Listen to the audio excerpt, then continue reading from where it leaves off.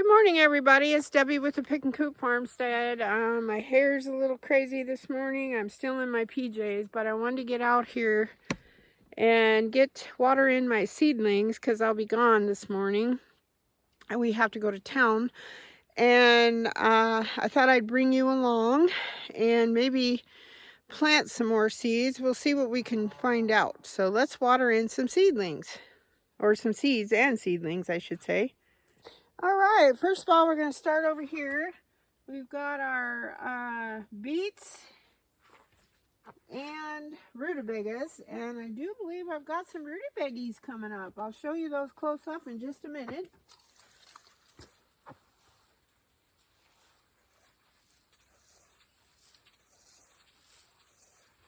I'll get them all watered in.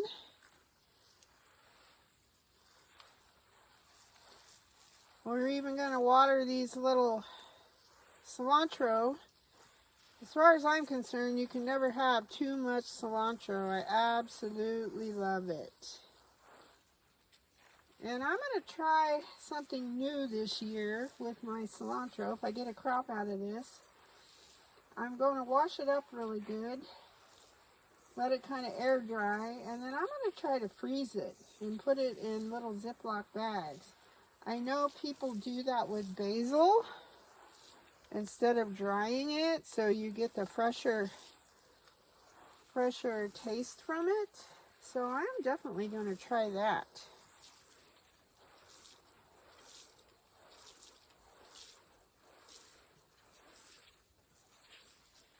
So that is exciting. All right, so these guys are all watered in, but I do want to give you a close-up of the little baby rutabagas. There we go, little baby rutabagas all along here. There's some there, all along the edge here. And then down here is my second row. I've got some down in there. Now we're going to water in our garlic. I think they've grown an inch just since yesterday. Water them all in. I've got to find a new spot for more garlic. You can never grow too much garlic. I use garlic, oh my gosh, almost in every dish I cook. It's crazy. It's so good. My goal is to grow enough garlic to dehydrate my own garlic. I use a lot of, when I don't have garlic, I use a lot of dehydrated garlic. All right, so, okay, now we're going to water our carrots.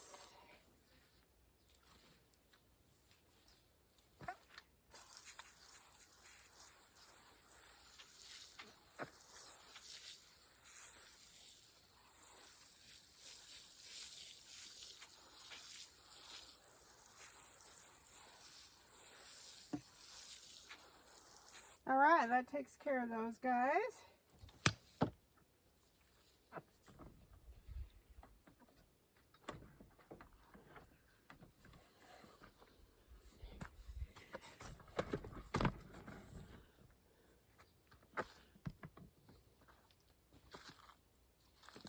Going to water our little seedlings that we have here.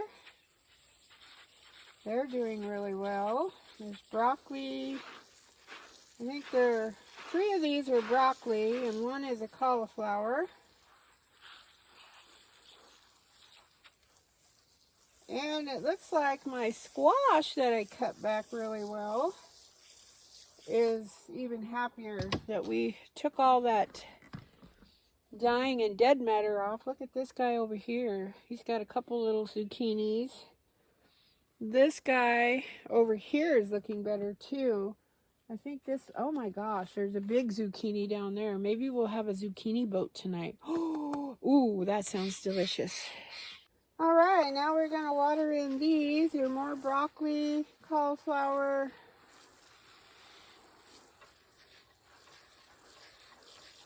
Get those all watered in. I'm excited about that zucchini. And the Ruth Ann Zimmerman tomato trick this time in the season. Cutting everything way back. My tomatoes are starting to blush. I'll show you those in just a minute. Then we're going to want to water in our, ooh, they're getting new leaves. I'm excited. Water in our kohlrabis.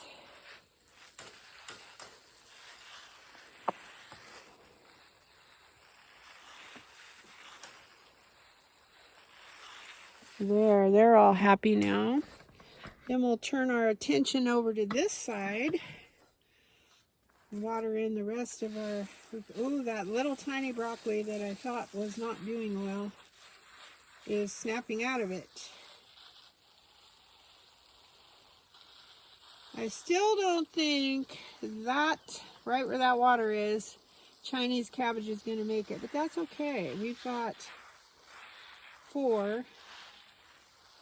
And I like to use the Chinese cabbage in my stir fries, along with the pak choy. So I've got only 2 pak choy this year, but that's okay.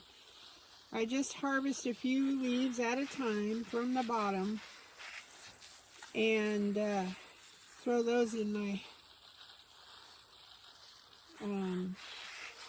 stir fries. This year, something I'm going to try is when I harvest these Chinese cabbage leaves, I'm going to try to make a wrap out of it. Usually I put meat, cheese, a little of my homemade mayonnaise, some pepper, and I'm going to try, I bet that would taste really good. Okay, so these are all watered in. Right, I did want to show you my tomatoes. I mean, I brutally cut these guys back, but they're starting to blush. They're starting to turn. Look at them. I'm so impressed. Thank you, Ruth Ann Zimmerman. What a great idea. This time of year, we are a shorter season up here. Look at these.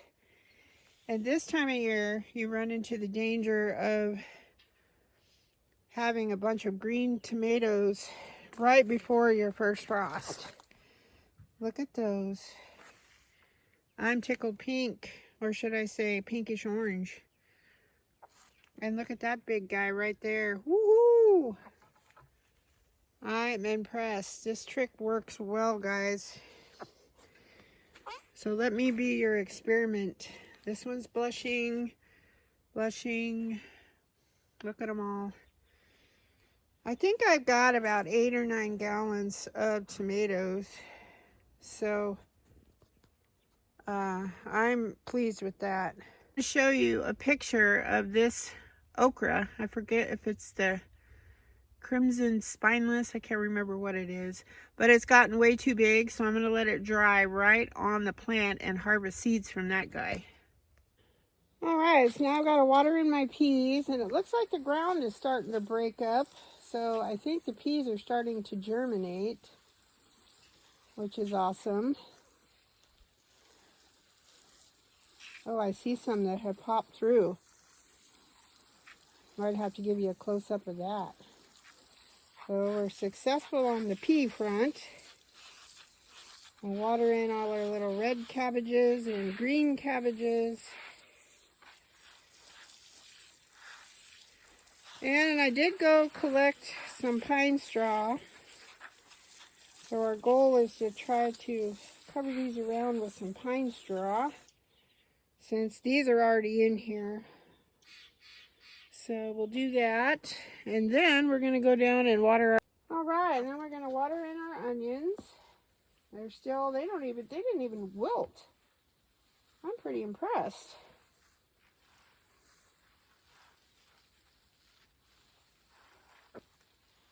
Yeah, you want to make sure once you plant these, especially at first, that you keep them very well watered, because I keep them in a tray that I bottom water, which just means that I keep water in the bottom so I can water them from the bottom, so they're used to being really wet. So we're going to keep them wet,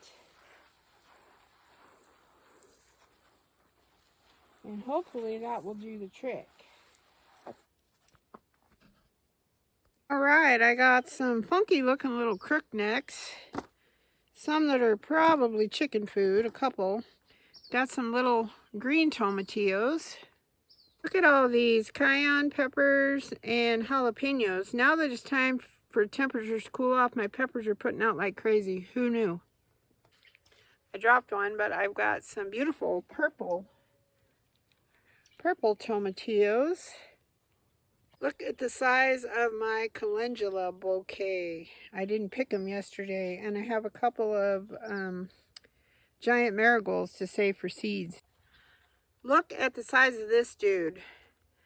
Zucchini boats for dinner. And what I do is I split these down the middle, cut the ends off, split them down the middle. At least this end you cut off. Wash them first. Breakfast snacks too. And I scoop out the middle. I save the middle. Then I'll fry up some hamburger, sausage, some kind of meat. And then I also saute in some onions, garlic, and then a lot of times I'll use my homemade tomato / pasta sauce. It's already got the basil and all that kind of stuff in there. Mix it in almost like you're making it for a lasagna, the red meat sauce, but you want it really, really thick. And then you put that in your hollowed out area. I'll make a video on it maybe if I make that tonight. And then what you do is you grate up your cheese and you put that on the top. But I found out it's easier to par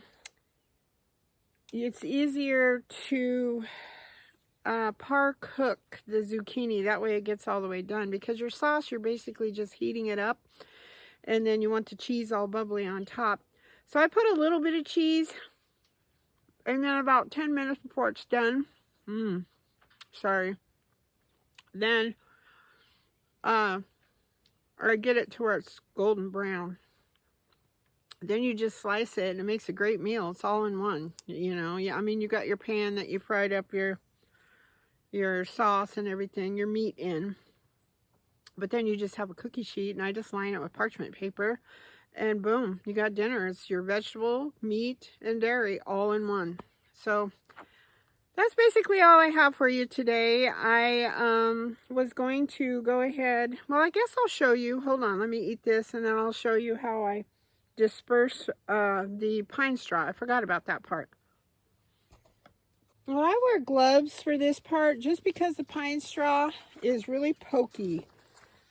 So if you remember right, I brushed, if you can see what I'm doing here, yes. Brushed all this pine straw up against the border of my beds so I can utilize it around my plants. And I got a trailer full yesterday, so I know I'm going to run out. The good thing about this stuff, number one, it's free, and number two, it just goes back into the ground. It takes a little longer than regular mulch. It's all natural. There's no pesticides. And a lot of people get really nervous about using it because they say, oh, it's all full of acid, blah, blah, blah. It's going to kill your plants. No, it's not. If you harvest it when it is dry, like these are, it will not kill your plants. Now, if you have plants like blueberries, for instance, that you want the soil to be high acid, then you can put pine cones in there. Now, the pine cones carry a lot of acid. So just so you know, if you live somewhere with pine trees, this is a great thing to use. And it took me a couple of years because I was researching. I was going to go buy some straw. Well, it's really hard to find straw that you know for sure that has not been sprayed with stuff. So this I know is right straight from Mother Nature. And boy, does it keep your plants warm in the winter and cooler in the summer months. And it keeps your soil nice and damp. And then once it breaks down, it goes right into the dirt. So it's a win-win. You can't beat it. So I think on my onions, though, I'm going to wait till they grow up a little taller before I start messing around, because I don't want to break them off. So I'll just make sure they're watered in really well. And it is cooling off again around here. Who knows when it's going to stay cool, but we have to keep an eye on the weather. That's always something that you really, really want to do.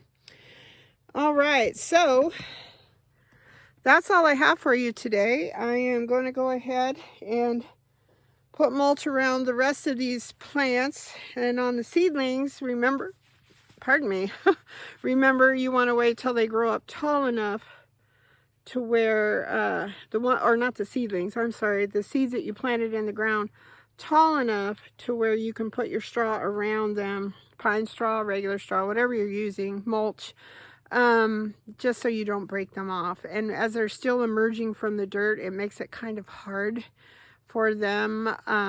You could put mulch down and just kind of back it away and then put your seeds in as you're planting.